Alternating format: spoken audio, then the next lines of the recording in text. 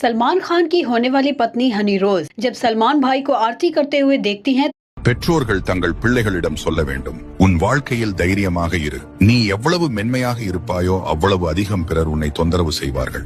ஆனால் தைரியமாக இருப்பது என்றால் என்ன? இந்த 6 அம்சங்களை நினைவில் கொள். முதலில், நீ எதற்கெல்லாம் அதிகம் பயப்படுகிறாயோ அவ்வளவு அதிகம் உன்னை கெடுக்கும் மனிதர்கள் உன்னிடம் வந்து சேர்வார்கள்.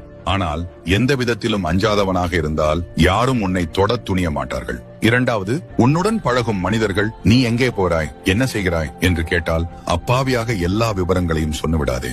எனக்கு ஒரு வேலை இருக்கிறது என்ற எளிய பதில் போதும். உன் வாழ்க்கையின் உள்ளுணர்வுகளை எல்லாரும் ஆராய அனுமதிக்காதே.